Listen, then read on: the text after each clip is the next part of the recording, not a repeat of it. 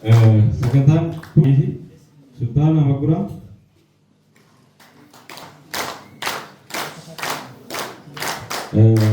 fiancé Abdul Said Dagu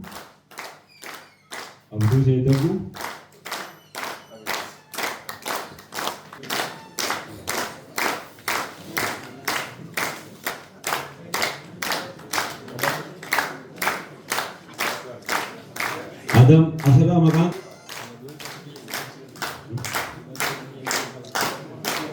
Halima Andris Yusuf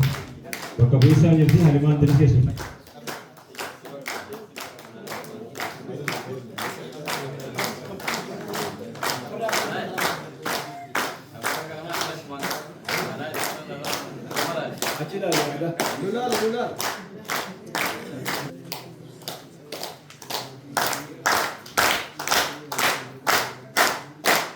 ada umat kita orangnya kan